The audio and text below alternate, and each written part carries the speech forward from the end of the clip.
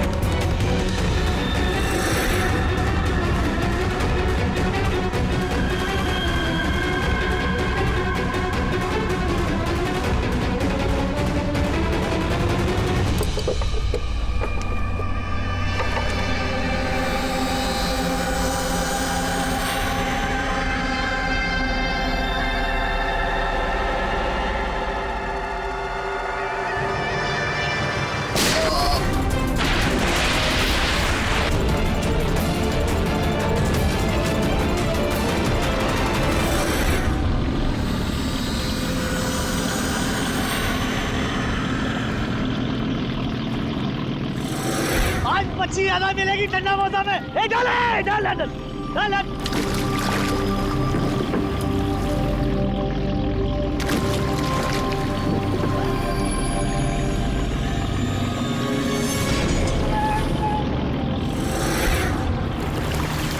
खींचा खींच,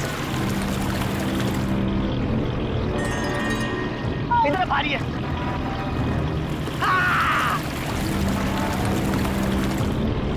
अरे देखो, अरे इतने सारे पैसे, अरे मेरी किस्मत चमक गई।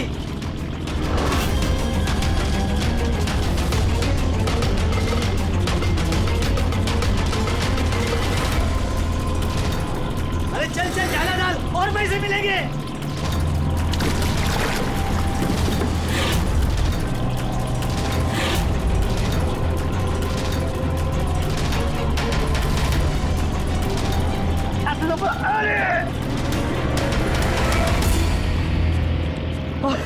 अरे क्या रे?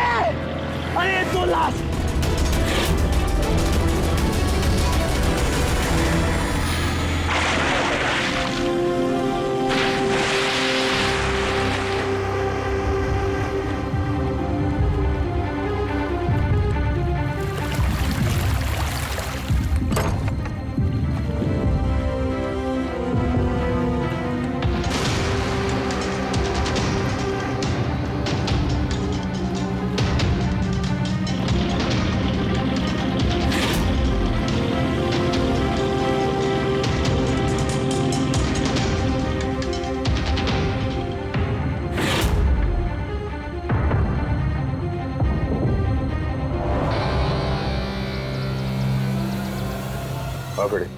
कुछ मिला इन दोनों की जेब में? सर ये 2 आधार कार्ड मिले हैं, एक का नाम मदन है और दूसरे का राजू। कुछ और? नहीं सर, अभी तक तो कुछ नहीं मिला। ठीक है, इन दोनों के एड्रेस नोट करो। सर ये देखिए, ये भी पानी में था? नोट के बंडल से सर। ये नोट पानी में कोई क्यों फेंकेगा? आप लोगों को ये 2 लाशें ही मिली? जी नहीं, मतलब पैसे वैसे नहीं मिले ना? सर ये लोग जरूर कुछ छुपा रहे हैं। देखो, मर्डर का मामला है, जो कुछ भी छुपाया चुपचाप दे दो, वरना एविडेंस छुपाने के चक्कर में तुम सब जेल जाओगे। हाँ, है कुछ?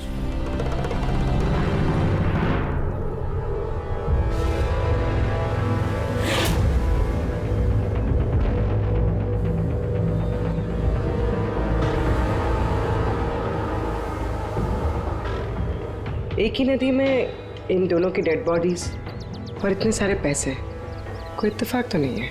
दोनों जो कोई भी है, इनका इस पैसे के क्रेट से कोई ना कोई कनेक्शन तो है। लग तो रहा है पैसों के चक्कर में हुआ है ये सर। तो बीच में चल के देखते हैं।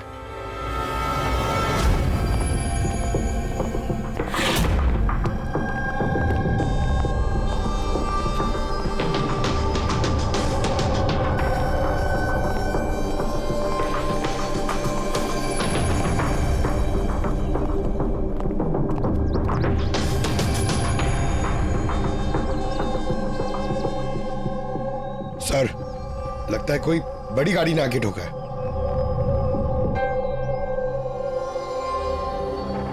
टायर के मार्क्स देख के लगता है कोई ट्रक वगैरह होगा। आई एम श्योर वो पैसों का क्रेट इसी ट्रक में आया होगा। किसी कार में तो कोई लाएगा नहीं इतने सारे क्रेट। सर,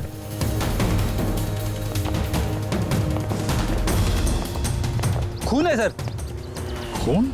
रेलिंग पे खून है। किसी ने दोनों को गोली मार के यहां से फेंक दिया होगा नदी में। अगर गोली चली है तो आसपास गोली का निशान भी होना चाहिए। देखो जरा, कुछ मिलता है क्या?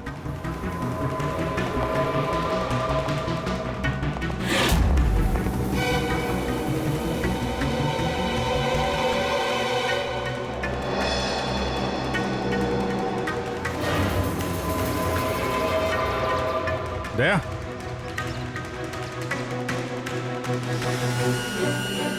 इतने सारे फायर के निशान हैं।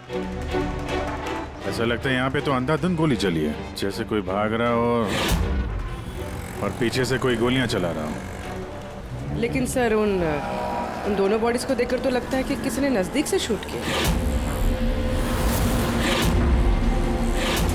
सर, लेकिन यहां से कोई कैसे कूदा होगा? देखो, खून वहां भी है और यहाँ भी है। कहीं ऐसा तो नहीं कि राजू और मदन के अलावा किसी तीसरे को भी गोली लगी हो कल रात यहाँ पे। सर, मछुआरों को तो 2 ही बॉडीज मिली, फिर तीसरा कहाँ गया? है तो कोई बड़ा चक्कर यार। एक ट्रक आके यहाँ पे एक्सीडेंट करता है, 2 लोगों को गोली मार के नदी में फेंक दिया जाता है, और वो नोटों से भरा क्रेट वो भी, और तीसरा आदमी गायब है। ये भी तो हो सकता है कि ट्रक मदन या राजू चला रहा है।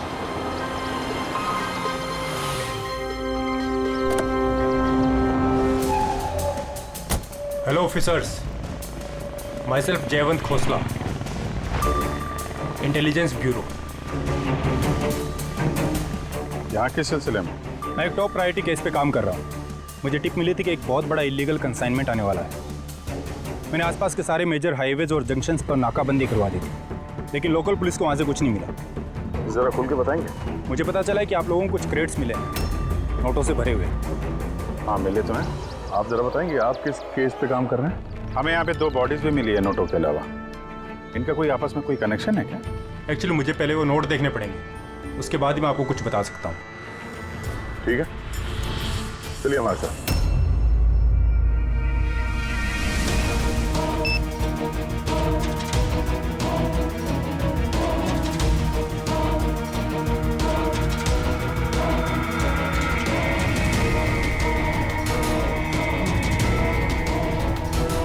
ये सारे के सारे नोट नकली हैं।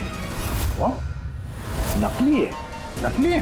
जी हाँ, मैं और मेरी टीम बहुत दिनों से इस केस में लगे हैं। बॉर्डर के पार से एक बहुत बड़ा कंसाइनमेंट स्मगल हुआ है, करोड़ों के नकली नोट। ये इतने परफेक्ट है कि इन्हें पहचानना मुश्किल है कि कौन सा असली और कौन सा नकली है। वैसे ये नकली नोटों का कंसाइनमेंट जा कहाँ रहा था? कहाँ जा रहा था, कहाँ से आ रहा था, कुछ आइडिया नहीं। हमें इन्फॉर्मेशन मिली तो हमने एक टीम बनाई। ऑफिसर बलजीत उस टीम को लीड कर रहे थे। किसी गैंग या किसी पे शक है आपको? जी हाँ, बलजीत को शक था एक गिरोह पे। उसने पूरी प्लानिंग की थी उस गैंग में घुस के इन्फॉर्मेशन निकालने की, पर उस पर अटैक हो गया और उसे गोली लग गई। तो बलजीत जिंदा है, लेकिन हॉस्पिटल में है, क्रिटिकल कंडीशन। अविनाश को भी बलजीत ने हायर किया था इस केस के लिए। लेकिन अब अविनाश भी गायब है। आखिरी बार अविनाश को आप लोगों ने कब कांटेक्ट किया था? कल रात को उसका एक मैसेज आया था कि एक बहुत बड़ा कंसाइनमेंट ऑन द वे है और उसी का पीछा कर रहा था, और उसे इस ऑपरेशन के बारे में कुछ इन्फॉर्मेशन भी मिली थी, लेकिन वो भी कल रात से गायब है, कुछ पता नहीं है उसका। कल रात को रोड पे मदन और राजू के साथ कोई तीसरा भी था। कहीं वो तीसरा आदमी अविनाश तो नहीं? लेकिन अगर वो जिंदा है तो गया कहाँ? अभी को कुछ नहीं हो सकता। आप लोग प्लीज कुछ भी कीजिए और मेरे पति को ढूंढिए प्लीज। हाँ, उसका बचना बहुत ज़रूरी है। अविनाश के पास बहुत सारे क्रिटिकल एविडेंसेस हैं, हमें बहुत जल्द उस तक पहुंचना होगा, इससे पहले कि वो लोग उस तक पहुंचे। देखो प्रीति, तुम्हारे पति अविनाश सही सलामत हो, घबराओ मत। अभिजीत, ये अविनाश जरूर प्रीति से कांटेक्ट करने की कोशिश करेगा। सर, ये बात तो उन्हें भी पता होगी जो अविनाश को ढूंढ रहे। हाँ, और अविनाश को ढूंढने के लिए वो लोग इस बात का फायदा उठा सकते हैं। मतलब प्रीति की जान को खतरा हो सकता है। तो मुझे लगता है जब तक ये अविनाश नहीं मिल जाता, प्रीति अगर ब्यूरो में रहे तो सेफ रहेगी।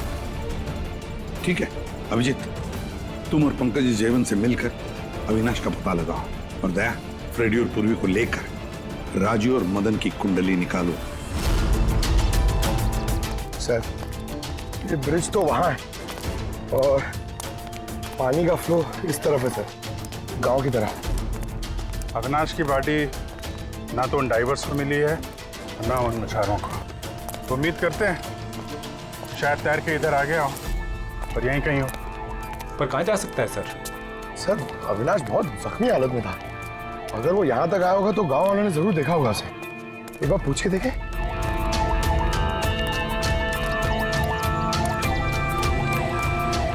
अरे भाई सुनना जरा। हाँ। हम लोग CID से हैं। हाँ? अरे यार घबराओ मत, एक आदमी गायब हो गया, उसको ढूंढ रहे हैं, थोड़ी मदद करो हमारी। जी सर। ये आदमी ना, यहाँ आसपास कोई अस्पताल है क्या? अल्लाह, अस्पताल तो बहुत दूर है, 30 किलोमीटर, वो बाजू वाले गांव में। सर, ये तो दूर है, वो बहुत ज्यादा घायल था, नहीं जा पाया होगा सर। अच्छा, आप लोग जब आए होगे मछली पकड़ने आज सुबह, तो कुछ देखा किसी आदमी को? कोई अनजाना आदमी यहाँ गांव में दिखाई पड़ा? ना ना ना, हम लोग सुबह मछली पकड़ने नहीं आते हैं। दो मछुआरे ऐसे हैं जो सुबह सुबह मछली पकड़ने आते हैं।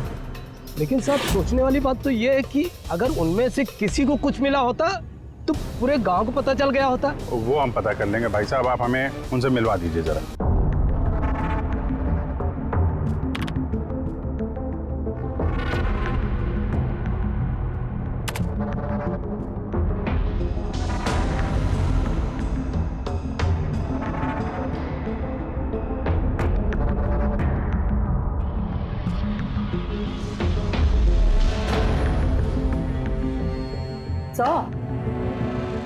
कुछ बताओ ना।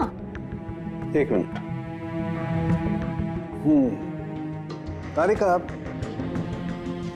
इन कपड़ों में तो कुछ नहीं मिला है, लेकिन ये जो क्रेट्स है ना, इन क्रेट्स में जरूर कुछ मिला है। क्या? ये देखो, mercury, nitrogen oxide, sulphur peroxide और भी बहुत सारे केमिकल रेजिड्यूज इनमें से।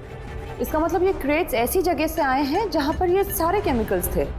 ऐसी कौन सी जगह हो सकती है? शायद मैं जानता हूँ, क्योंकि मैंने कई बार पढ़ा है कि कुछ लोगों के लंग्स में ये सारे के सारे केमिकल रेजिड्यूज होते हैं।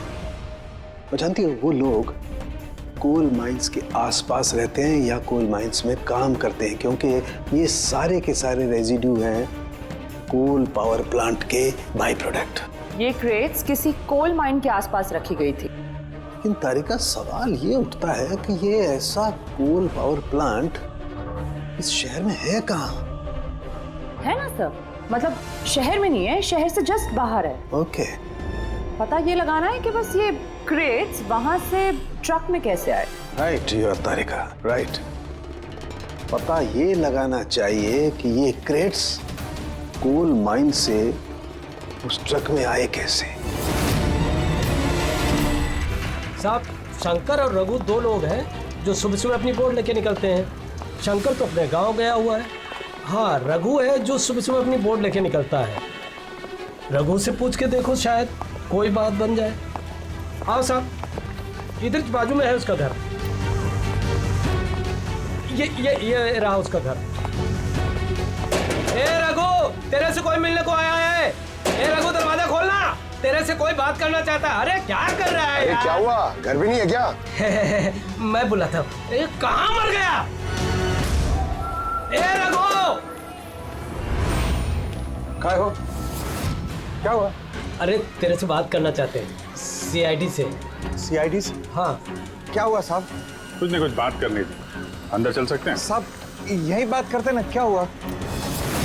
ये अविनाश नाम के एक आदमी को हम लोग ढूंढ रहे हैं। कल नदी में शायद डूबा था वो। आज सुबह तुम नदी में नाव लेके गए थे तो किसी आदमी को देखा था क्या? घायल या फिर कोई लाश वगैरह? लाश नहीं तो साहब, मुझे तो कुछ नहीं दिखा था साहब। वो क्या है, मैं तो आज गया ही नहीं था मच्छी पकड़ने को। कल रात तुम जल्दी आ गए थे घर, क्योंकि आज सुबह तुमको नदी में नाव लेके जाना था। ये सब पता है हमें, क्या बात कर रहे हो? मेरा तबीयत खराब था ना साहब, इसलिए मैं गया ही नहीं। तू साहब लोगों को इधर काहे को लेके आया? मेरे को कुछ नहीं मालूम साहब। एक मिनट, सच बोल रहे हो ना तुम? अरे साहब, एक ही बात को बार बार घड़ी घड़ी पूछेगा तो कैसे बोलेगा? अच्छा कोई बात नहीं, कुछ याद आ जाए तो बता देना। हाँ। Thank you. काहे को लेके आया इधर तू? भाग यहाँ से।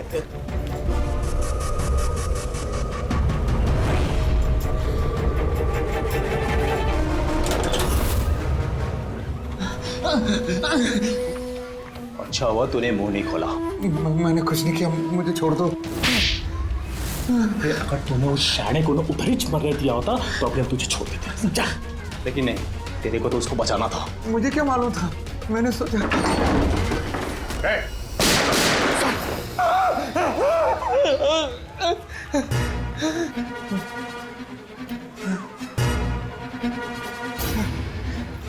झूठ बोला हम लोगों से? मेरे बीवी बच्चों को मार देते तुम, मैं क्या करता? वो आदमी मिला था तुमको? हाँ, मैंने तो निकाला था उसे। कहाँ है वो? मुझे क्या मालूम, मलम पट्टी करके कमरे में सुलाया था, ठीक हो गया, पता ही नहीं चला कब उठ के चला गया। क्या? कहाँ गया वो? साहब मुझे कुछ और मालूम नहीं, मैं कैसे बताऊं? सर अब क्या करें?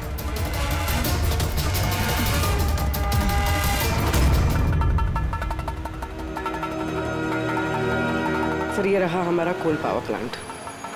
इसके आसपास टोटल 4 वेयर हाउसेस हैं जहाँ से वो क्रेट्स हो सकते हैं।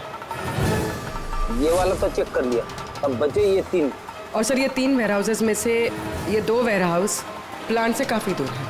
इनके और पावर प्लांट के बीच काफ़ी सारे बिल्डिंग्स हैं, तो इनके अंदर से केमिकल्स क्रेट्स तक पहुँचना थोड़ा मुश्किल है। तो बचाइए, ये पावर प्लांट से काफी नजदीक भी है और इसके आसपास खुली जगह भी है काफी, वही चल के देखते हैं।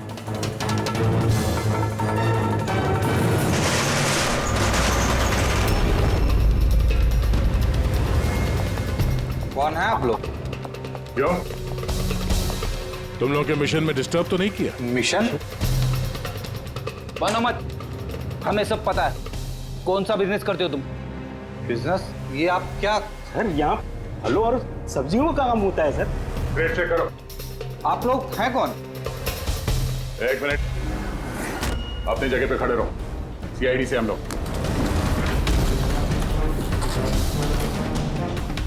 नहीं सर। ना कुछ नहीं है? नहीं सर। साहब यहाँ सब्जी भाजी का ही बिजनेस होता है साहब। हमें तुम्हारे इन क्रेट्स में जाली नोट मिले। हाँ? जाली नोट? हाँ जाली नोट। आप चुपचाप मुंह खोलो, जो कुछ भी जानते हो। हाँ सर मुझे कुछ समझ में नहीं आ रहा आप लोग क्या कह रहे हैं। मैं यहाँ जब से काम कर रहा हूँ तब से सिर्फ सब्जियों और फलों को ही ले जाते हुए देखा है। हाँ साहब, फलों और सब्जियों का काम होता है साहब यहाँ। इन दोनों को जानते हो? अरे ये राजू और मदन है, हमारे ट्रक ड्राइवर्स। लेकिन सर इन्हें हुआ क्या है? इनको किसी ने जान से मार दिया। सर मुझे सचमुच कुछ समझ में नहीं आ रहा है कि आप लोग क्या कह रहे हैं। यहाँ पे जो भी माल ट्रक में लोड होता है खुद चेक करते हो क्या? हाँ हाँ सर, मैं एक एक क्रेट्स खुद चेक करता हूँ। एक एक क्रेट खुद चेक करते हो? हाँ जी सर। इसका मतलब है ट्रक यहाँ से निकलने के बाद बीच रास्ते में इन क्रेट्स में वो जाली नोट्स लोड किए जाते हैं। अच्छा जरा ये रजिस्टर चेक करो, बताओ कि राजू और मदन माल डिलीवर करने कहाँ जा रहे थे?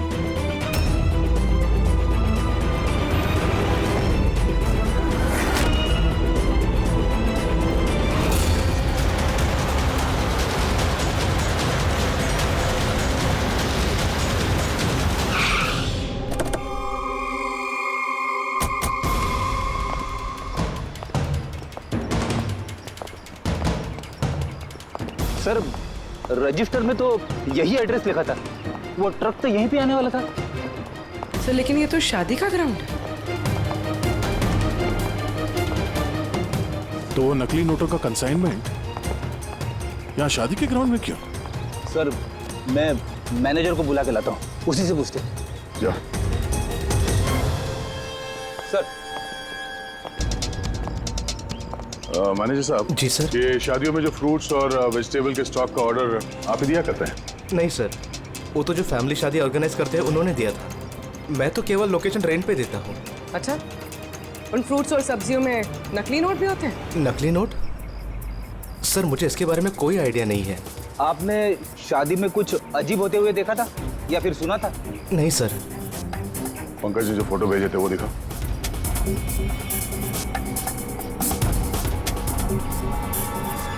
दोनों में से किसी को देखा था यहाँ पे? नहीं सर। सर यहाँ तो शादी की आड़ में कुछ और ही चल रहा है। अब मैं क्या बोलता हूँ सर, चल के दुल्हा दुल्हन को डिस्टर्ब करे क्या? कल यहाँ जिसकी शादी हुई थी, हमें पूरी डिटेल चाहिए उनकी। Okay sir. समझ में नहीं आ रहा कि अविनाश जख्मी हालत में जा कहाँ सकता है। अब तक किसी को कांटेक्ट क्यों नहीं किया उसने? मुझे समझ नहीं आ रहा हो कि किस पे भरोसा करे किस पे ना करे। जब तक हम उसे ढूंढ नहीं लेते उसकी जान को खतरा बना रहेगा। एक फोन तो कर लेता कम से कम, पता नहीं कहाँ होगा। देखो प्रीति, मुझे लगता है कि उसने तुम्हें फोन इसलिए नहीं किया क्योंकि वो तुम्हारी जान को खतरे में नहीं डालना चाहता है। सर उस मछुआरे के यहाँ पे जो आदमी मारा था सर, उसका फोन में बहुत टाइम से एनालाइज करा था। तो कुछ मिला? सर पहले तो बहुत मुश्किल हुई, पूरा फोन खाली था, उसने सब डिलीट कर दिया था। लेकिन सर मैंने सॉफ्टवेयर से सब रिकवर कर लिया। मतलब जैसे आप मैसेजेस डिलीट करते हैं तो मैसेज फोल्डर में से तो वो डिलीट हो जाता है, लेकिन बैकअप फाइल में जाके वो सेव हो जाता है आर्काइव्स में, वहां से आप रिकवर कर सकते हैं। सर ये देखिए, ये तो कोई कोडवर्ड जैसा लग रहा है। हाँ सर, मैंने इसे क्रैक कर दिया। आज तक जितने भी कंसाइनमेंट आए थे सर, ये मैसेजेस उनके बारे में है। मगर ये लास्ट मैसेज देखिए सर। टारगेट 4.03। यार ये 4:03 पे कुछ होने वाला है क्या कहीं? ओ नो, बलजीत हॉस्पिटल में एडमिट है, रूम नंबर 403। सर मतलब ये जरूर बलजीत को मारने वाले हैं वहां पर। 403, वहां पहुंचना होगा जल्दी से जल्दी। सर बेड नंबर 3 की ईसीजी रिपोर्ट आ गई है। बाकी की रिपोर्ट मुझे हर 3 घंटे में चाहिए, ठीक है? Sir thank you so much, आपने मेरे भाई की जान बचा ली। Thank you so much.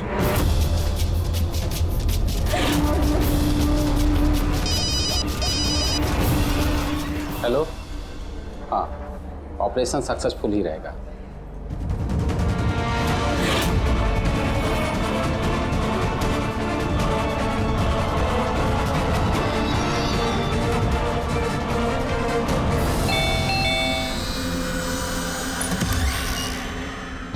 Binoy. Yes, आप लोग? हम लोग सीआईडी से हैं।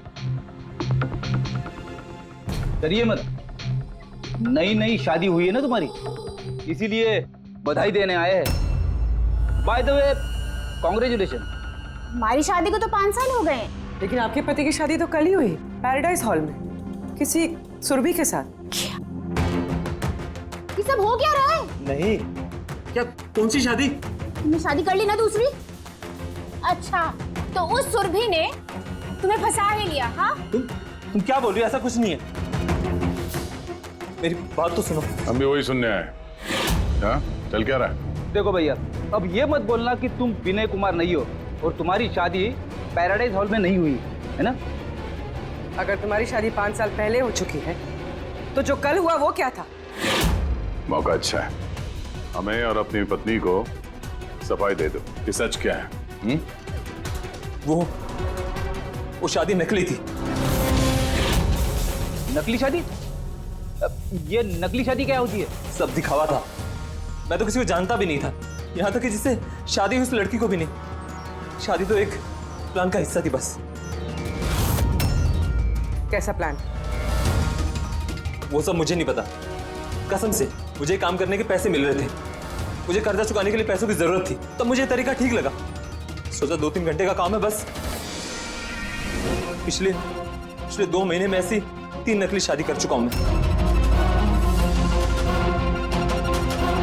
उस शादी में बहुत बड़ा क्राइम हो रहा था और अब तुम भी उस क्राइम का हिस्सा हो। इसलिए जो कुछ भी जानते हो फटाफट अपना मुंह खोल के बता दो, वरना तुम भी जाओगे जेल में। किसने पैसे दिए थे तुम्हें इस काम के लिए? इनमें से कोई? जी नहीं, मुझे तो मेरे दोस्त ने बताया था इस काम के बारे में। कौन है तुम्हारा दोस्त और इस वक्त कहाँ है?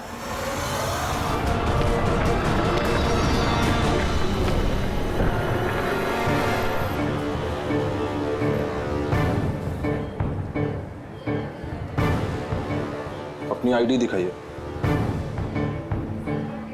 तलाशी लो इनकी।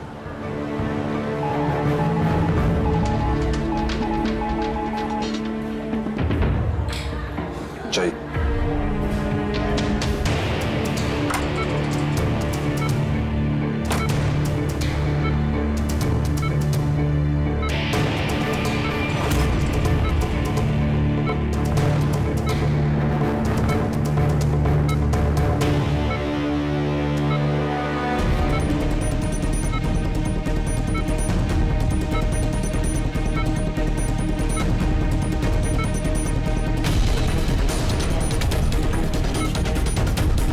डॉक्टर आप कब आए?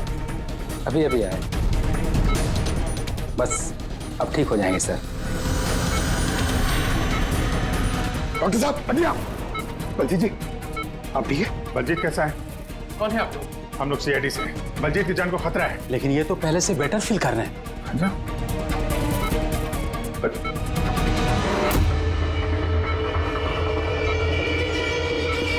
डॉक्टर साहब क्या हो डॉक्टर साहब? अरे सर किसी को बुला। क्या डॉक्टर? देखिए देखिए क्या हुआ। चलिए उठा उठा।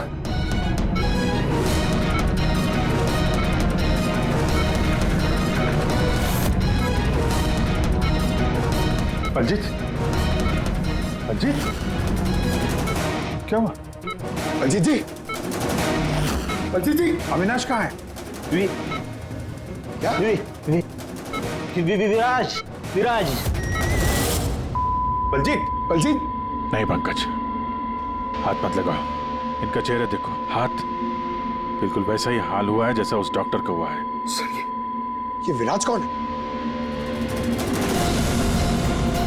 हाँ ये विराज कहाँ से आ गया कहानी में?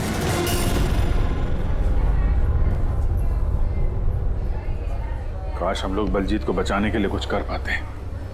समझ में नहीं आ रहा सर, ये बलजीत और डॉक्टर को हुआ क्या? दोनों की मौत जहर से हुई है। मैंने दोनों के टिश्यू सैंपल्स चेक किए, ज़ाइकैथोलोन नाम के जहर से मौत हुई है दोनों की। जहर? तभी सर, तभी उनके हाथ पे और चेहरे पे वो निशान पड़ रहे थे। अरे लेकिन हम लोग तो वहीं पे खड़े थे, जहर उनकी बॉडी में गया कब? छूने से गया।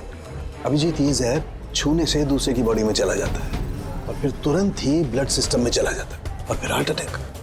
मतलब जैसे ही डॉक्टर ने बलजीत को छुआ, वो जहर बलजीत की बॉडी में चला गया। करेक्ट। मगर सर जहर डॉक्टर की बॉडी में कब गया? उसे भी किसी ने छुआ होगा, बलजीत के रूम में एंटर होने से पहले। हाँ लेकिन किसने?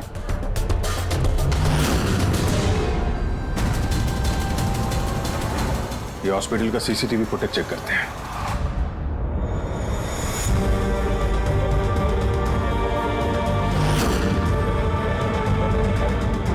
सर यहाँ इस आदमी ने डॉक्टर साहब के हाथ में वो जहर ट्रांसफर किया होगा। बिल्कुल सर, लेकिन अगर इस आदमी के हाथ में जहर है तो इसे कुछ क्यों नहीं हुआ? एंटीडोट। पंकज, इस आदमी ने एंटीडोट लिया हुआ ना यार। उसके बाद ये डॉक्टर अंदर गया और इसने बलजीत को छुआ। लेकिन बलजीत मरने से पहले विराज का नाम ले रहा था। कहीं ऐसा तो नहीं कि यही आदमी विराज हो? सर आज तक हम जहां तक ये केस में पहुंचे आज तक किसी ने विराज का नाम नहीं लिया है। ये ना तो जयवंत ने ना प्रीति ने।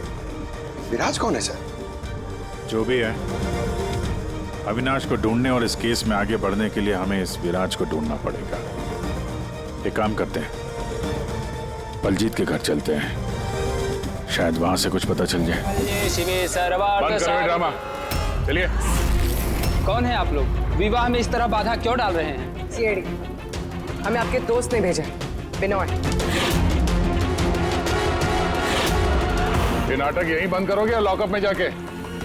पंडित जी इधर आइए और दूल्हे दुल्हन बहुत शादी कर ली। क्या हो रहा है सब? सर मैं कोई पंडित वंडित नहीं हूँ। मुझे तो पैसे मिले थे मंत्र पढ़ने के लिए। मुझे तो खुद ये सब नहीं पता है। मुझसे बोला गया था इन दोनों की शादी करवा दो। और आप लोगों को, आपको भी पैसे मिले थे? हमें दूल्हा दुल्हन बनने के लिए पैसे दिए गए थे। पंडित नकली, दूल्हा दुल्हन नकली, और आपको, आप सबको क्या मिला है? हाँ, सच सच बताओ, नहीं तो यहाँ पे जितने हैं सब अंदर जाओगे। सर मुझे तो ये सिर्फ रिटर्न गिफ्ट दी गई है।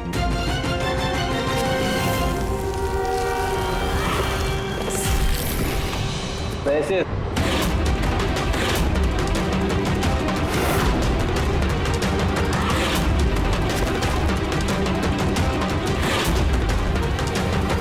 किस खुशी में पैसे दिए जा रहे हैं आप लोगों को? इतने सारे गिफ्ट के पास रिटर्न गिफ्ट में इतने पैसे? कोई मुंह खोलेगा? हमें कुछ पता नहीं सर, हमें तो सिर्फ इतना बोला गया कि आने वाले इलेक्शन में देवधर जी को वोट देना। देवधर? सर यहाँ पर तो बहुत बड़ा पॉलिटिकल स्कैम चल रहा है। पैसे दे के वोट खरीदे जा रहे हैं। तो ये सारा प्लान इस देवधर का है। देवधर, सील कर दो इस जगह को।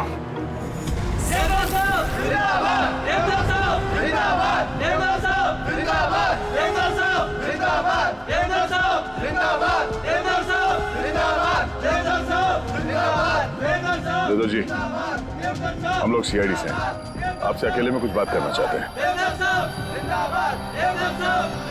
आइए, चलिए।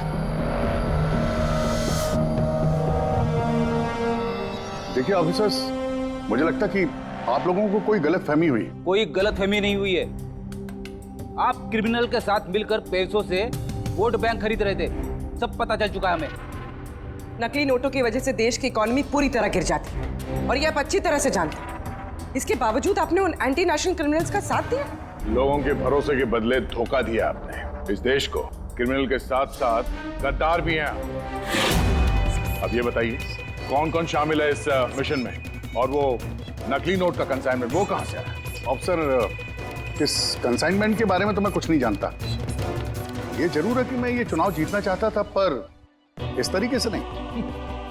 देवधर जी, गद्दी के लिए क्या क्या होता है ये आप भी अच्छी तरह से जानते हैं। पर मैं उन लोगों में से नहीं हूं जो राजनीतिक उठापटक के लिए कानून के साथ तोड़ फोड़ करते हैं, और मैं गद्दार भी नहीं हूं, और मैं अपने देश के साथ तो ये कर ही नहीं सकता।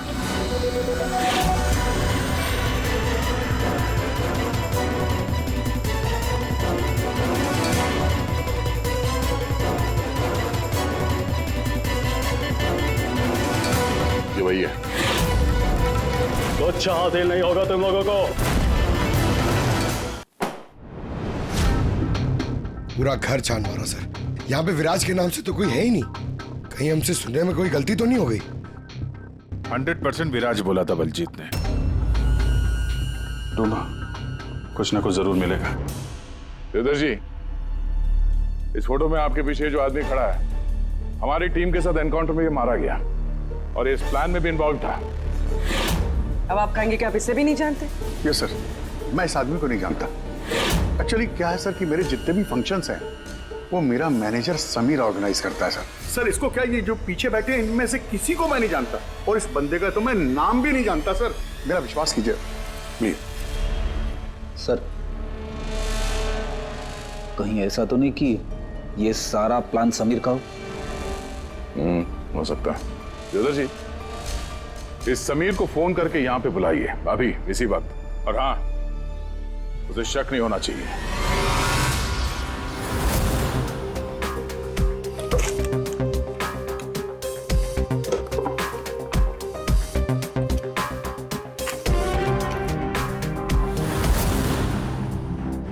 ऑफिसर बलजीत और टीम का मिशन हुआ सफल। 15 साल पुराना आर्टिकल है।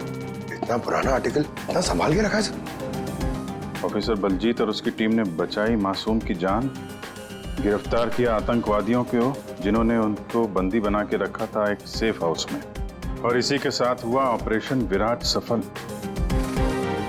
ऑपरेशन विराट? ये इनका ऑपरेशन था सर? तो हम सोच रहे थे कि आदमी है। हमें उस सेफ हाउस में जाना पड़ेगा। शायद ये बलजीत हमें वहीं जाने के लिए बोल रहा था। मैं इस सेफ हाउस के बारे में जानता हूँ। Good, let's go.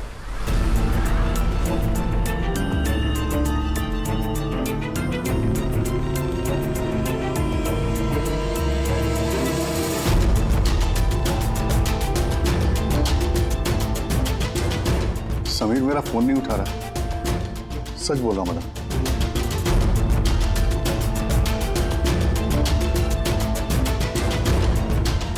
सर, कहीं ऐसा तो नहीं कि वेडिंग वेन्यू से समीर को हमारे बारे में किसी ने खबर कर दी? कहीं अंडरग्राउंड तो नहीं हो गया समीर?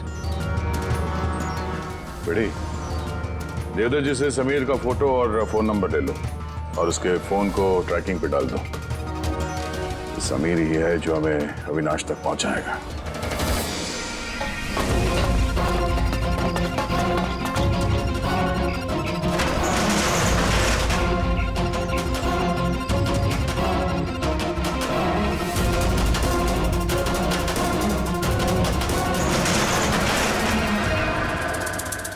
कौन है?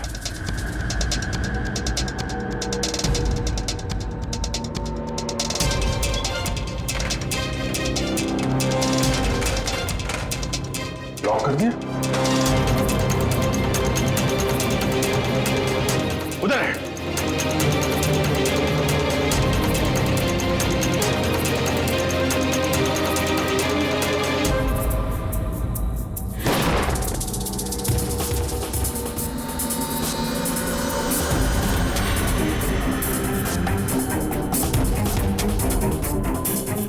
बस अविनाश, ये हमारी सीक्रेट जगह है छिपने की। जब भी हमारे मिशन में कोई गड़बड़ होती है तो हम लोग यहीं छिपते हैं। बलजीत क्या है? मुझे से इंपॉर्टेंट बात करनी। बलजीत का खून हो गया है। क्या? कैसे? उसको हॉस्पिटल में किसी ने जहर दे दिया। वो हॉस्पिटल में था, ये बात आपके अलावा किसको पता है?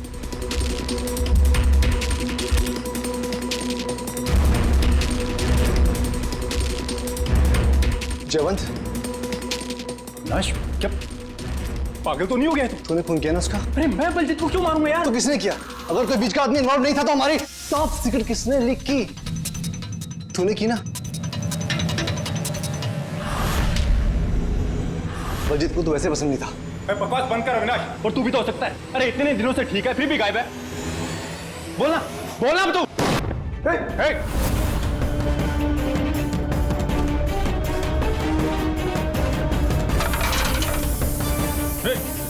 इधर आओ। अविनाश,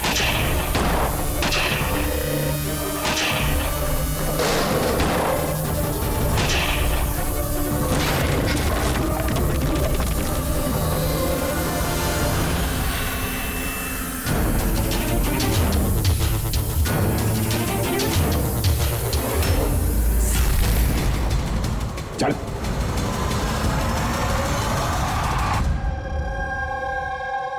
अच्छा समीर, मेरे जितने भी फंक्शंस हैं वो मेरा मैनेजर समीर ऑर्गेनाइज करता है सर।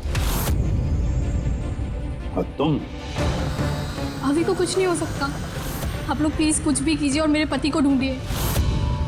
देवधर इलेक्शन में हारने वाला था, ये बात मेरी समझ में आ गई और मुझे पता था कि किसी भी सिचुएशन में उसे पावर में रहना था ताकि पॉलिटिक्स का गेम खेल के वो पैसे कमा सके। बस इसी सिचुएशन का मैंने फायदा उठाया था। तुम जानते थे कि अगर देवधर के पास पैसा आएगा तो तुम्हारे पास भी आएगा, है ना? प्रीति जी, इतनी सारी फंडिंग आई कहां से आपके पास? मैं फॉरेन बिजनेस टाइकून्स और कॉर्पोरेट्स के साथ डील किया करती थी। मेरा टारगेट था कि मनी मार्केट में ज़्यादा से ज़्यादा नकली नोट भर सकूं। इसलिए तुम दोनों ने एक दूसरे की मदद करने का फैसला किया। तुमने वोट्स खरीदने के लिए पैसे सप्लाई करना शुरू किया और बदले में समीर इंफॉर्मेशन लीक करके तुम्हारा और तुम्हारी गैंग का ख्याल रखने लगा। लेकिन अविनाश को हमारे गैंग के बारे में पता चल गया और फिर तुमने अविनाश और बलजीत को मारना सही समझा। बलजीत को तो हमने संभाल लिया था, लेकिन ये अविनाश बच के निकल गया, वो भी पूरे एविडेंस के साथ। हमें किसी भी हालत में अविनाश तक पहुंचना था, इसलिए मैंने उसकी बीवी को मार दिया। और अविनाश की बीवी बनकर हमारे सामने आ गई और ये पूरा नाटक किया। तुम हमसे अपना काम करवा रही थी क्योंकि तुम जानती थी कि सीआईडी किसी न किसी तरीके से अविनाश तक पहुंच ही जाएगी। अच्छा प्लान बनाया। और प्लान सक्सेसफुल भी हो जाता अगर एंड मोमेंट पे हमारे आदमी गलती ना करते। राजू और मदन को किसी तरह पता चल गया कि उनके ट्रक में हम नकली नोट लेकर जा रहे हैं, और फिर मेरे बेवकूफ आदमियों ने उन्हें मार के वही नदी में डाल दिया। गलत तरीके से पैसे कमाने के लालच में 5-5 मासूम लोगों की जानें ली तुम लोगों ने। अगर भूल गए तुम कि जुर्म की उम्र भी उतनी ही छोटी होती है जितनी नकली पैसों की होती है। सच्चाई तो सामने आ ही जाती है। अब जेल की सलाखों के पीछे सड़ते बैठना, तब तक फांसी का ऑर्डर आ ही जाएगा। ले जाओ इन दोनों को।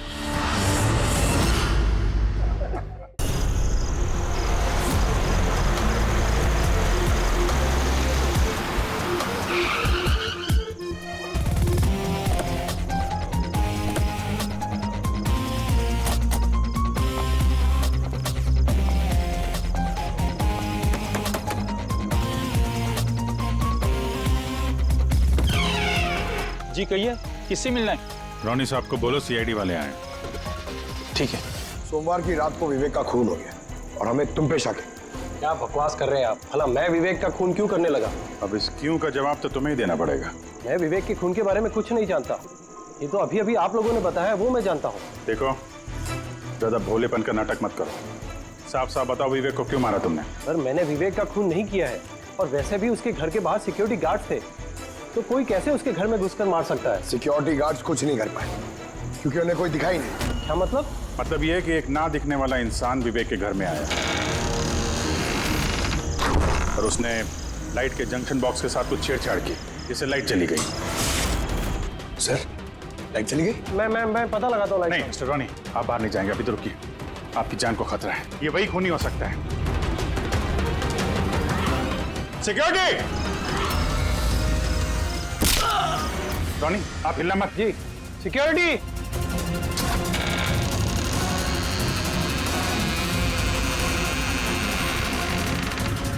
कौन है उधर? सर! सर! यहाँ पे? कौन है? कोई था यहाँ पे? कौन है? कोई दिखा? नहीं। रोनी, हिलना मत। सिक्योरिटी, लाइट ऑन करो। सर, मैं बाहर जाता हूँ। देखो। Oh no. पंकज!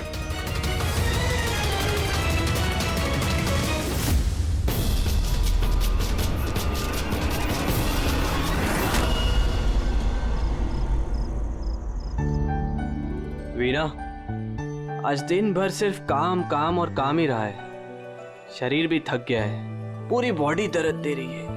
विवेक, 24 घंटे सोचोगे तो बॉडी तो पेन होगा ना। अब इतना बड़ा बिजनेस करना है तो सोचना तो पड़ेगा ही ना। थोड़ा सोच समझ के काम करोगे तो दिमाग पे प्रेशर कम पड़ेगा ना। ये कोई गुड्डे गुड्डियों का खेल नहीं है जो चुटकी बजाते ही काम शुरू हो जाए और चुटकी बजाते ही खेल खत्म। समझ रही हो? ठीक है, एक काम करती हूँ, मैं लोकेश को बुलाती हूँ, वो तुम्हारी मालिश कर देगा अच्छे से। ठीक है? मालिश नहीं, बस गर्मा गर्म एक गिलास दूध मेरे लिए लेकर आ जाओ ताकि सारी थकान दूर हो जाए। अच्छा, तो अभी लेके आए। Please, thank you.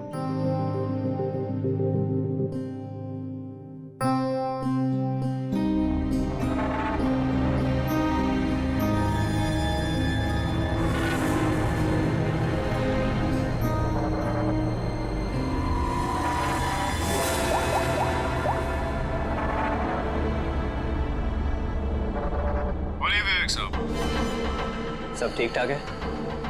हाँ साहब, सब ठीक है, एकदम ट्रैक पे है। काम हो जाएगा ना? आपको जुबान दिया साहब, काम हो जाएगा। जो भी तुम्हें सही लगे वो सब करो, तुम्हें पूरी छूट है, मगर उसको फिक्स कर दो। आप चिंता मत करो साहब, वो तैयार हो जाएगा।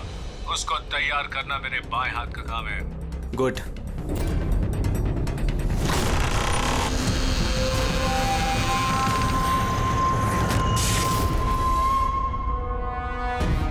ये लाइट्स को क्या हो गया? वीना, वीना तुम हो?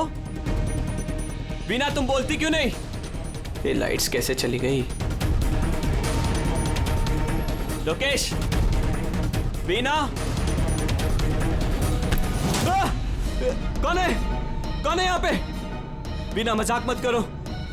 देखो, देखो मैं अंधेरे से नहीं डरता। विवेक साहब, विवेक साहब, विवेक साहब, लोकेश, वीना, लोकेश जल्दी आओ, कोई है कमरे में। विवेक साहब, विवेक साहब दरवाजा खोलिए। विवेक साहब, क्या हुआ साहब?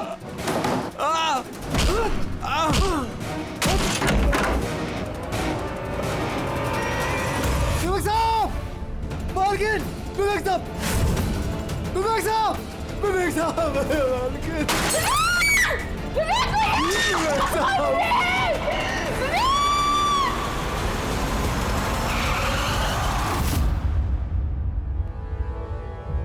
सर लगता है कई बार चाकू से वार किया है। ये देखिए, कटने का और चाकू घोंपने का निशान है। घाव के पैटर्न देख के लगता है कि ये घाव चाकू के नहीं है, किसी और चीज से खून किया गया है। ऐसा क्यों लगता है सर आपको? ये देखो, ये जो घाव के पैटर्न देख रहे हो एकदम बराबर बराबर है, एक ही साइज के, और ये ज्यादा गहरे नहीं है। अगर चाकू का घाव होता तो बड़ा होता, गहरा होता, और ऐसे पैटर्न में नहीं बनता। मतलब सर चाकू जैसा ये कोई छोटा हथियार है और उसे बार बार मार के खून किया। लगता तो ऐसा ही है यार। आप कहाँ थे आप जब ये खून हो? साहब मैं नीचे अपने कमरे में था। जब विवेक साहब की चीखने की आवाज सुनी तो मैं दौड़ के ऊपर आया। साहब मैंने दरवाजा खोलने की बहुत कोशिश की, लेकिन दरवाजा अंदर से बंद था। विवेक साहब अंदर से जोर जोर से चिल्ला रहे थे, इसलिए मैं दरवाजा तोड़ के अंदर गया और मैंने देखा कि जब दौड़ के अंदर आए तो आपने खूनी को नहीं देखा यहाँ पे? यही तो अजीब है साहब, खूनी दिखा ही नहीं। दरवाजा बंद था अंदर से? हाँ साहब।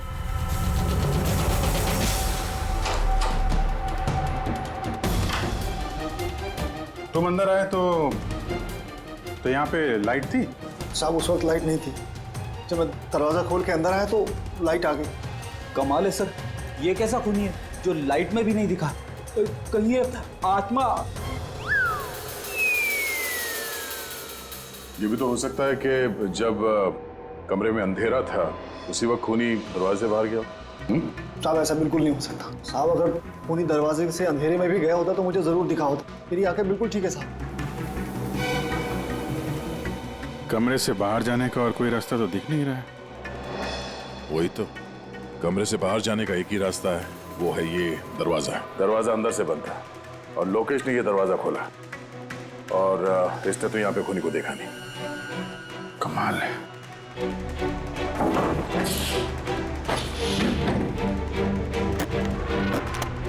क्योंकि अंदर से बंद है, यहाँ से तो खूनी आ नहीं सकता। तो खूनी अंदर कैसे आया? और फिर बाहर जाते हुए किसी को दिखा नहीं? सर मेरी दादी एक भूतिया कहानी सुनाती थी। पंकज, एक तो ये कहानी नहीं है, हकीकत है, और ये भूतिया नहीं है। सर ये हकीकत है लेकिन भूतिया ही लगता है ना। कोई यहाँ पर आता है, बिना हथियार के खून करता है और चले जाता है। कहाँ से? जाने का तो यही एक रास्ता है, ये दरवाजा। लेकिन सर बीना तो सीढ़ियों से ऊपर आ रही थी, और अगर खूनी यहाँ से जाता तो उसे दिखता जरूर। कमाल है यार, ये लाइट का आना जाना, इसका कुछ ना कुछ कनेक्शन है इस केस के साथ। लाइट का जंक्शन बॉक्स कहाँ पे है?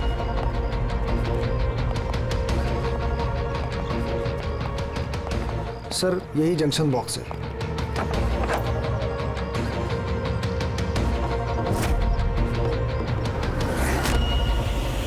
इधर आओ जरा। कल तुम ही ड्यूटी पे थे? मैं तो गेट पे था साहब। तुम्हारे गेट पे रहते कोई घर में घुस के खून कर गया, तुम्हें पता नहीं चला? देखिए साहब, मैं अपनी ड्यूटी पे अलर्ट रहता हूँ, ना कोई अंदर आया है ना कोई बाहर गया है। अलर्ट? तो क्या खूनी हवा में आया, हवा में गायब हो गया है? ये लाइट स्विच ऑफ किसने की थी यहाँ से? पता नहीं साहब, अचानक ऑफ हो गई। मैंने सोचा फ्यूज उड़ गया हो।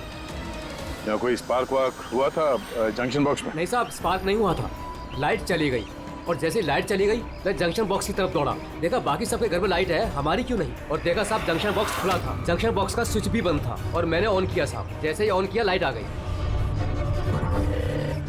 कोई तो आया था यहाँ पे जिसने लाइट के साथ छेड़छाड़ की है। विवेक की बीवी वीना, उससे भी पूछ लेते हैं।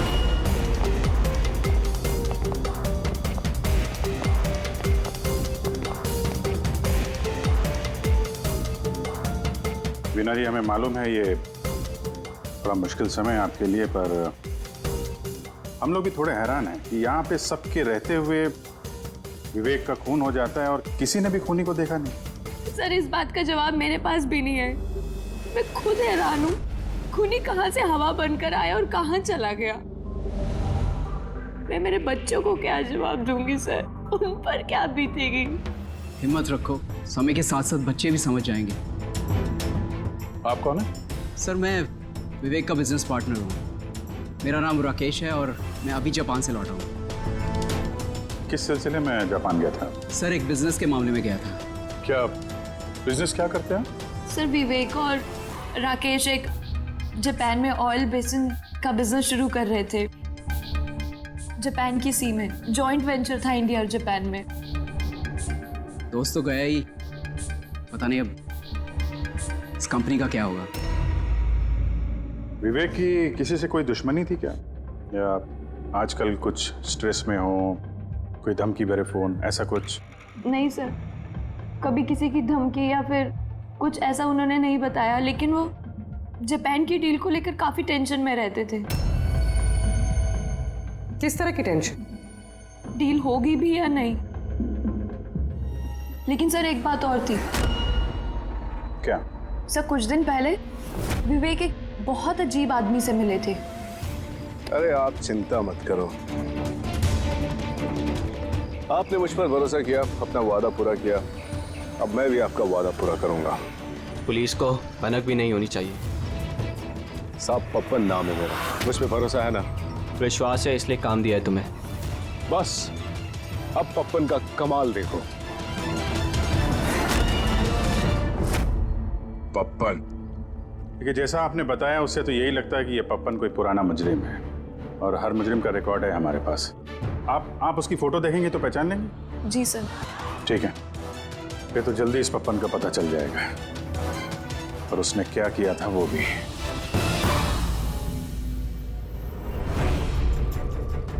आप लोगों का शक एकदम सही बॉस, ये खून चाकू से नहीं हुआ।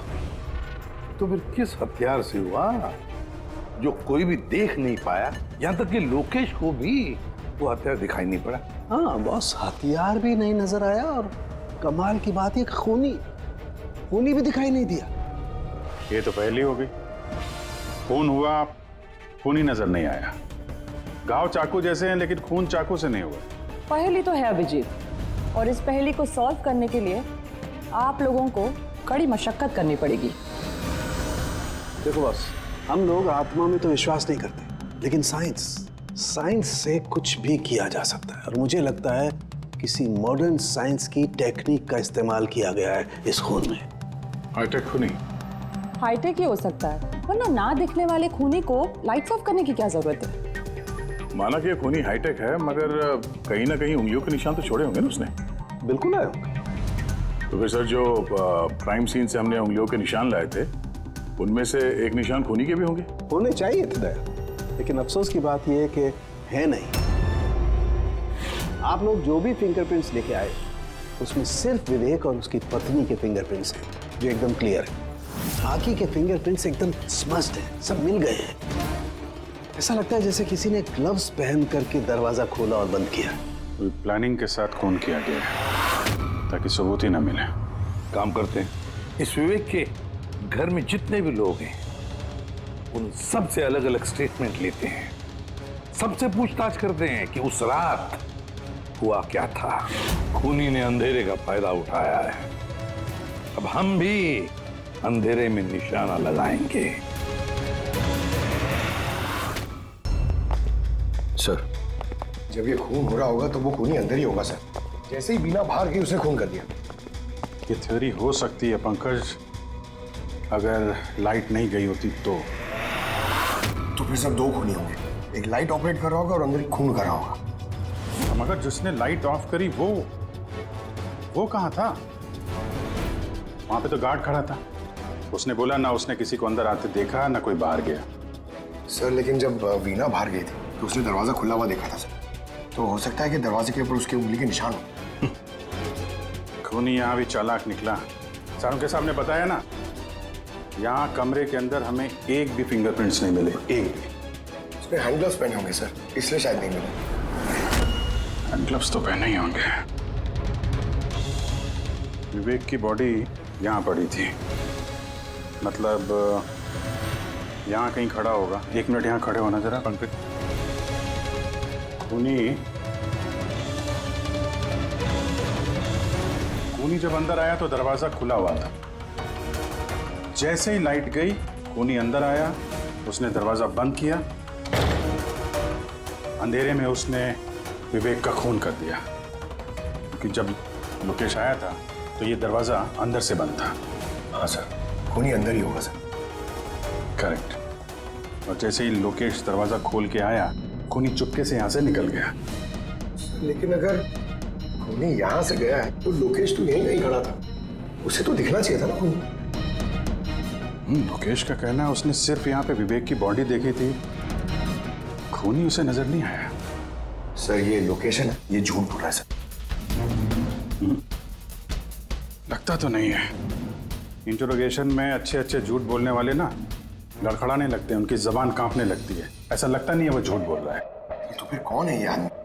वीना ने उसे महसूस किया, लोकेश ने उसे महसूस किया, लेकिन देखा नहीं।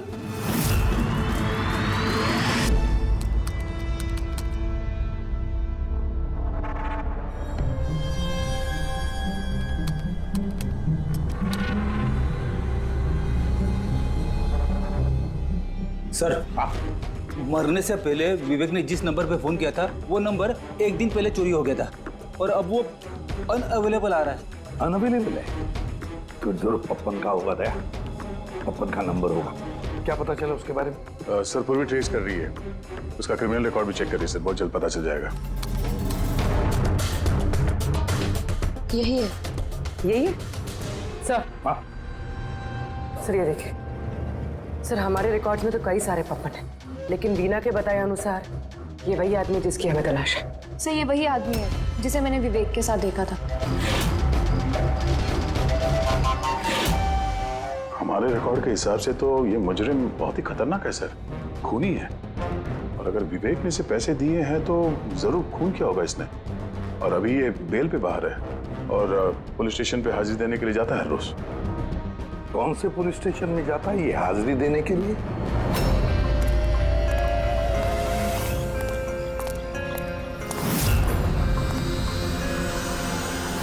सर यहाँ से पास हो गया। सब्जी ले लो भाई, सब्जी ले लो, सब्जी ले लो। सर, पप्पन यहाँ से निकल गया। ले भैया, तेरा ठेला संभाल ले।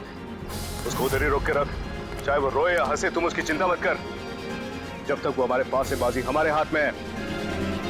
तुम लोग मेरा इंतजार करो और कुछ भी गड़बड़ हुआ ना, तुम में से किसी को नहीं छोड़ूंगा मैं। ये चिड़ी का गुलाम तुम्हारी तरफ गया था, देखना जरा।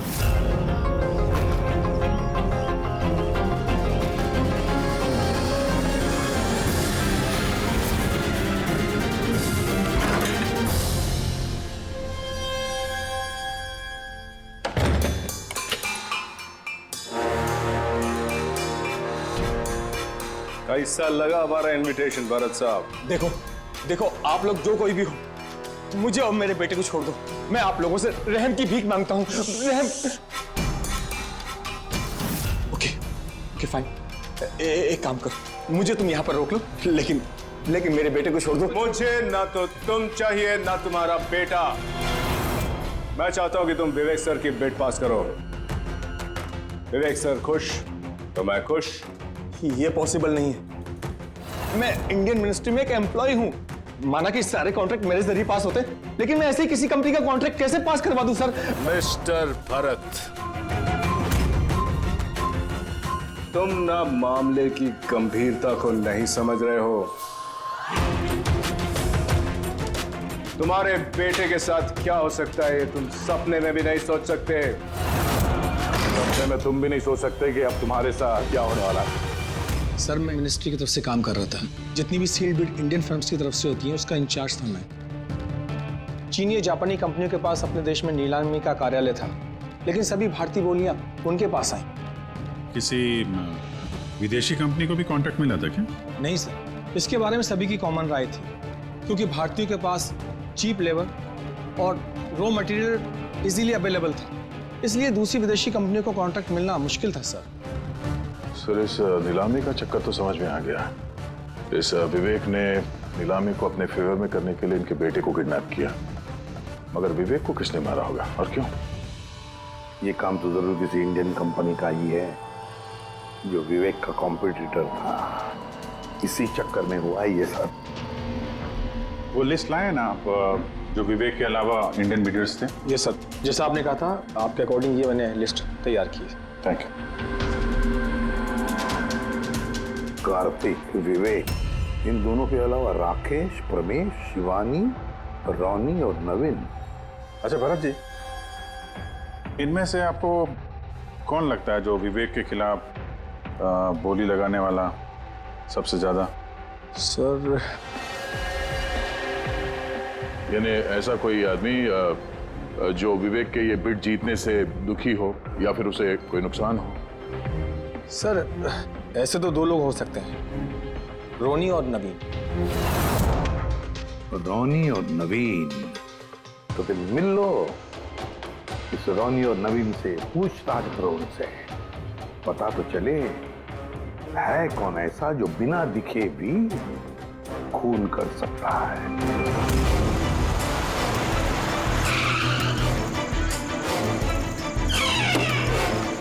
जी कहिए, किससे मिलना है? रोनी साहब को बोलो सीआईडी वाले आए।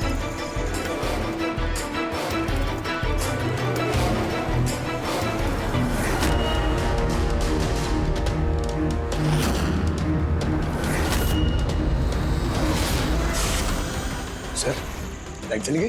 मैं पता लगाता हूँ। नहीं मिस्टर रोनी, आप बाहर नहीं जाएंगे, अभी तो रुकिए। आपकी जान को खतरा है, ये वही खूनी हो सकता है। सिक्योरिटी! रोनी आप हिलना मत। सिक्योरिटी!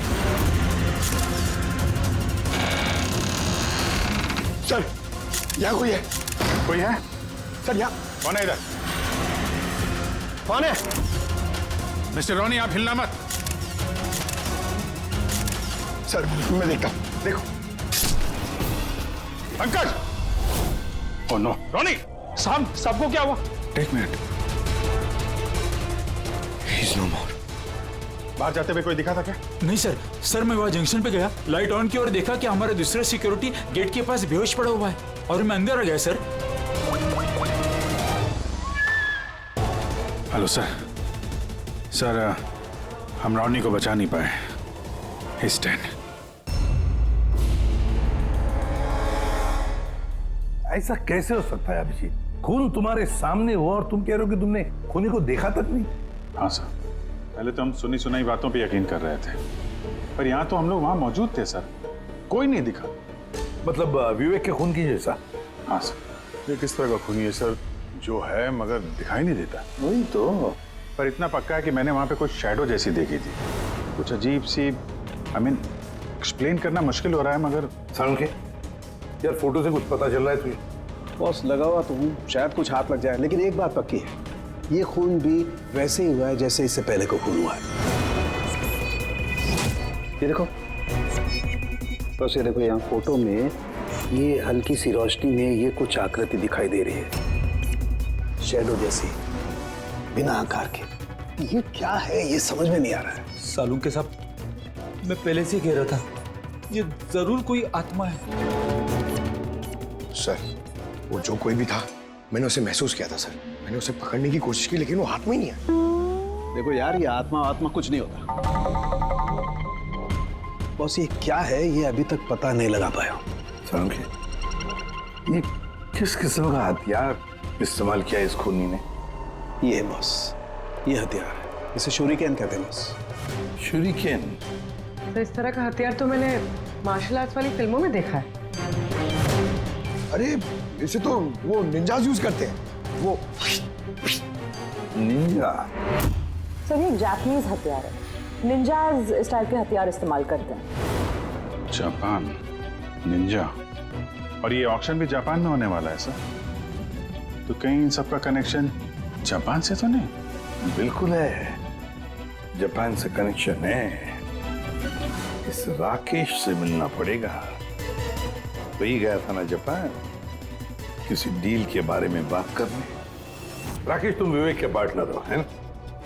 तो तुम तो जरूर जानते होंगे कि विवेक ने बिड हासिल करने के लिए पप्पन नाम के किसी गुंडे को हायर किया था, भरत के बेटे को किडनैप करने के लिए, है ना? नहीं सर, इसके बारे में मुझे कुछ भी मालूम नहीं। अरे ऐसा कैसे हो सकता है? इतनी बड़ी बात और पार्टनर को पता नहीं? सर, वो मुझसे काफ़ी बातें छुपाता था, इसलिए बिजनेस में भी लॉस हो रहा था।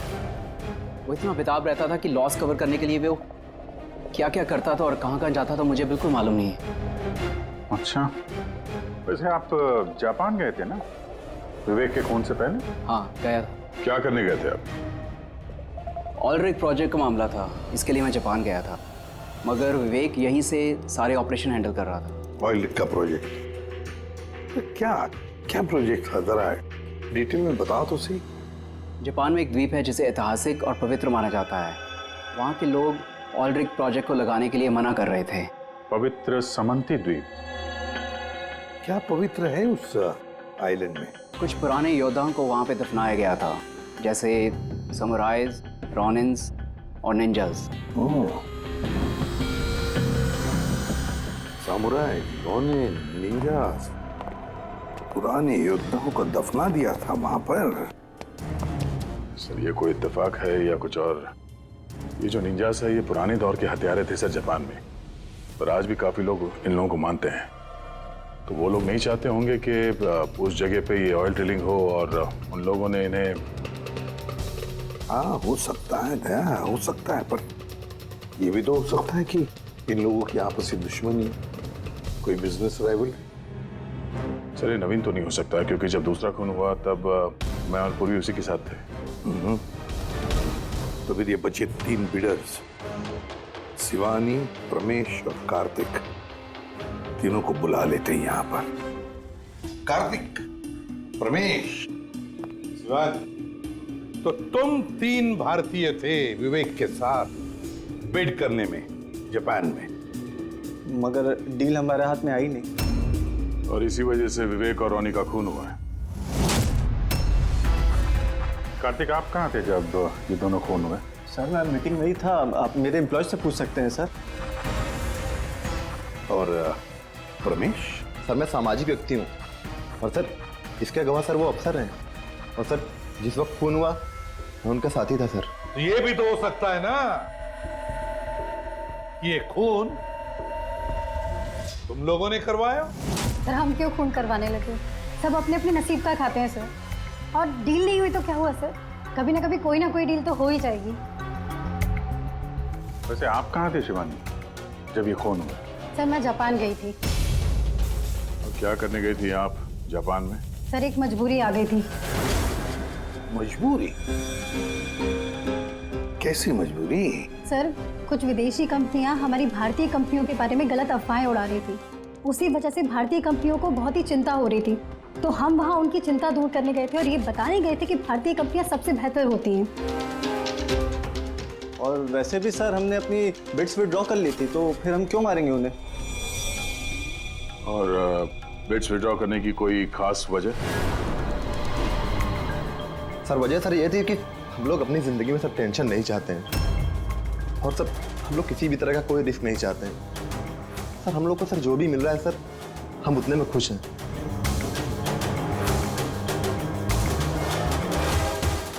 सर अब तो ये नवीन ही बचा, इसने तो बिड भी वापस नहीं लिया।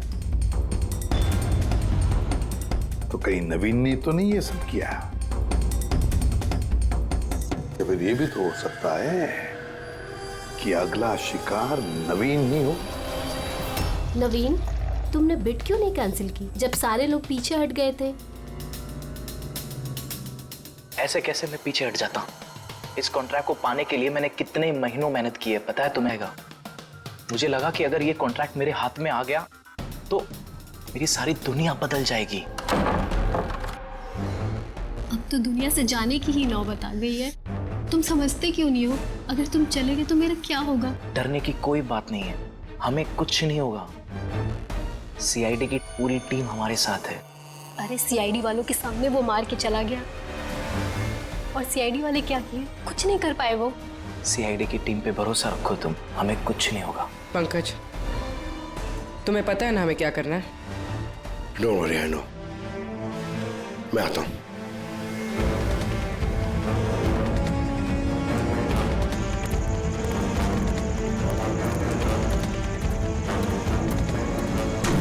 ये है वो जंक्शन बॉक्स जिसकी वजह से सारा पंगा हो रहा है।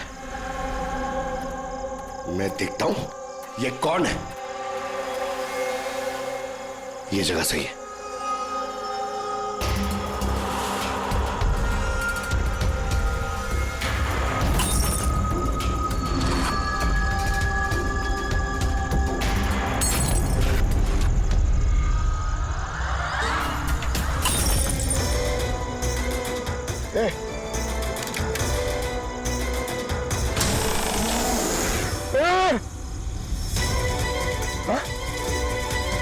कौन है?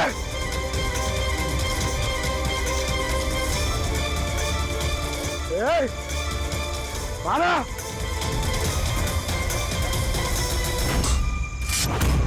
नवीन, ये लाइट को क्या हो गया? अरे कुछ नहीं हुआ। नहीं नहीं, वो आ गया है। कुछ नहीं होगा, कुछ नहीं होगा आपको। प्लीज रिलैक्स हो जाइए।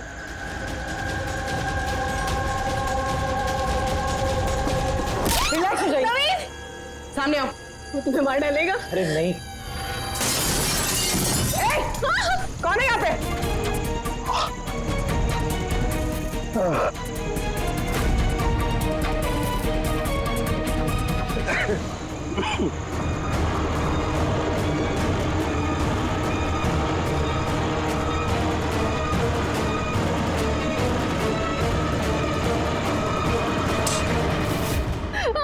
आप लोग ठीक है? हाँ?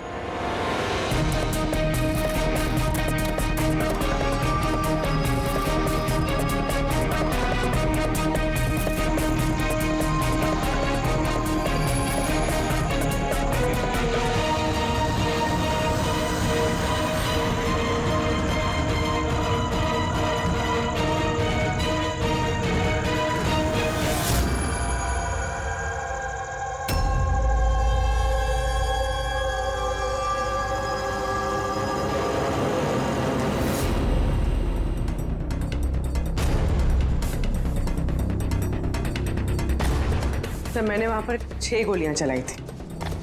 उनमें से 5 गोलियां तो मिल गई, मगर एक गोली उस खूनी को जरूर लगी है। एक गोली खूनी को लगी है? तो बोलिए तुम यकीन के साथ कैसे कह सकती हो कि 6 में से एक गोली खूनी को लगी है? क्या वहां पे कोई खून वगैरह गिरा था? नहीं सर, खून तो नहीं था वहां पर, लेकिन गोली लगने की आवाज जरूर आई थी। अगर गोली लगी है तो खून तो निकलेगा ही। घर के अंदर ना सही तो घर के बाहर कहीं मिला? नहीं सर, हमने अच्छे से चेक किया था, वहां पर खून था ही नहीं। हो सकता है सर खूनी ने बुलेट प्रूफ वेस्ट पहन रखी हो।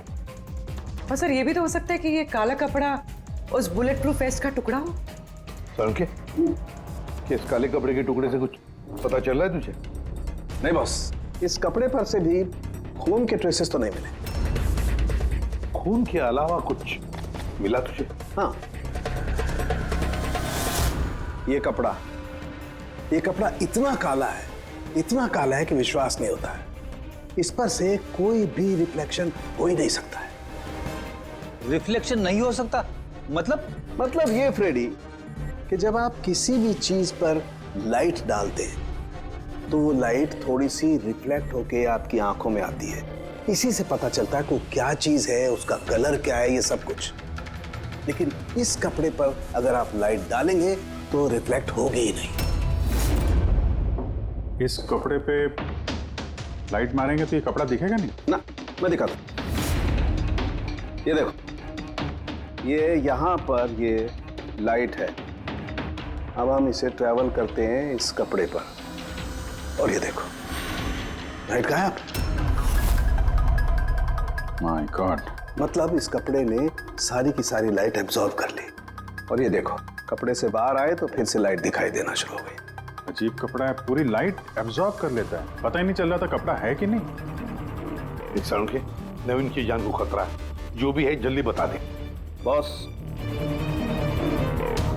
मैं जानता हूं कि ये क्या है और खून कैसे हुआ है।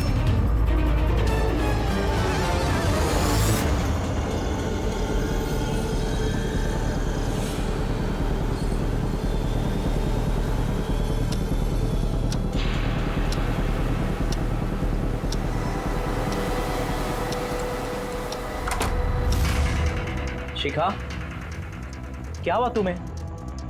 क्यों इतनी परेशान लग रही हो? हमें कुछ नहीं होगा, रिलैक्स हो जाओ। कैसे रिलैक्स हो जाओ? तुम्हें कुछ हो गया तो? अरे शिखा, मैंने बोला हमें कुछ नहीं होगा। नवीन, ये लाइट कैसे चली गई? अरे नवीन, वो आ गया है। कोई नहीं वो तुम्हें मार डालेगा।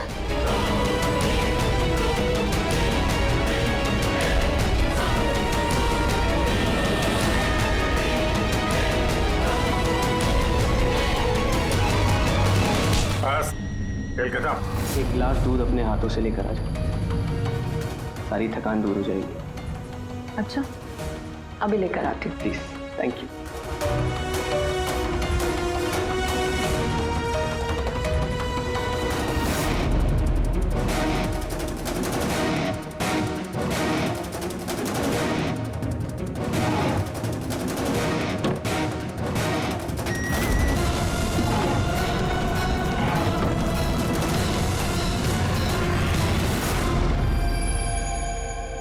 मैंने सोचा नहीं था कि कोई मुझे भी पकड़ सकेगा।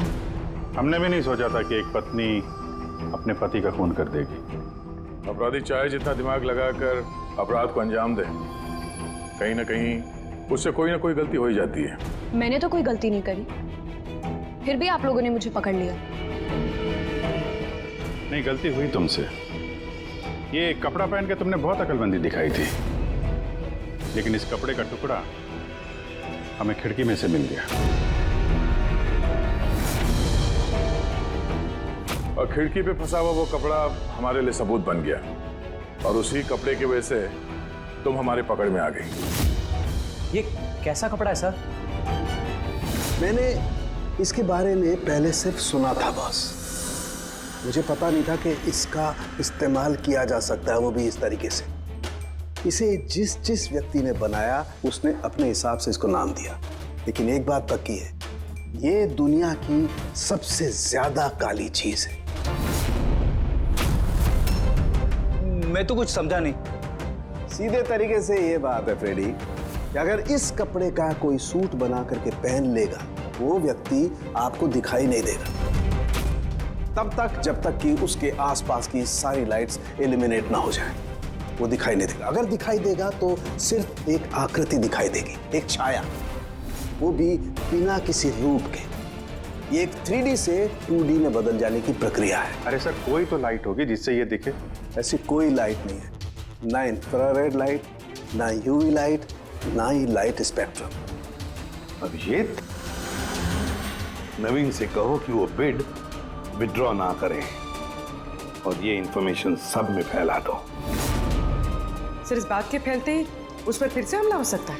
यही तो हम चाहते हैं पूर्वी, यही तो हम चाहते हैं। ये ब्लैक फैब्रिक लाइट को एब्जॉर्ब कर लेता है, लेकिन हीट को एब्जॉर्ब नहीं करता। हीट को तो रिफ्लेक्ट करेगा ही। हम खूनी को पकड़ेंगे थर्मल विजन से।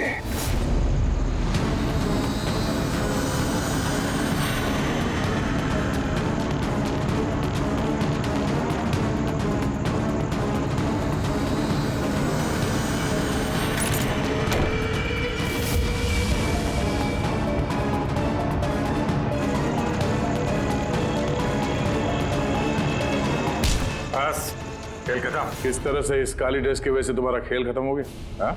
अब जल्दी से बताओ, अपने पति का खून क्यों किया तुमने? नफरत थी मुझे उससे। उसकी बीवी कहलाते हुए भी मुझे शर्म आती थी। क्यों? ऐसा क्या करता था वो कि तुम्हें इतनी नफरत थी? ये जो बिजनेस था मेरे पापा ने उसे दिया था। इतना बड़ा एम्पायर खड़ा करके दिया उसे, और वो उसे मिट्टी में मिलाने की कोशिश कर रहा था। गुंडों के बदौलत कॉन्ट्रैक्ट लेता था। तुम्हारा मतलब है कि वो खुद अपना बिजनेस खराब कर रहा था? कर नहीं रहा था, कर दिया था। मेरी फैमिली बैंकरप्सी की गिनती में थी।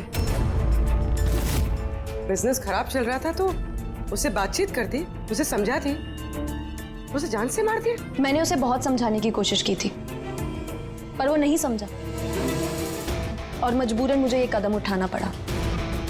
मुझे मेरे बच्चों के बारे में सोचना था, उन्हें तो मैं भूखा नहीं मार सकती। तो इसलिए सारा बिजनेस तुमने अपने हाथ में ले लिया? हाँ, मैंने जापान की एक कंपनी को अप्रोच किया था छिपकर। छोटे छोटे कॉन्ट्रैक्ट और पैसों के बदले मैंने तय किया कि भारतीय कंपनी कॉन्ट्रैक्ट पर कोई बोली ना लगा सके, और इसीलिए मैंने सभी बोली लगाने वालों को मारने का प्लान किया। और उन्हें मारने के लिए ऐसे हथियार का इस्तेमाल किया जो निंजास इस्तेमाल करते हैं। हाँ? हाँ। क्या मिला ये सब करके? जेल। जिन बच्चों के लिए तुमने गुनाह का रास्ता अपनाया, अब वो बेचारे अनाथ हो जाएंगे।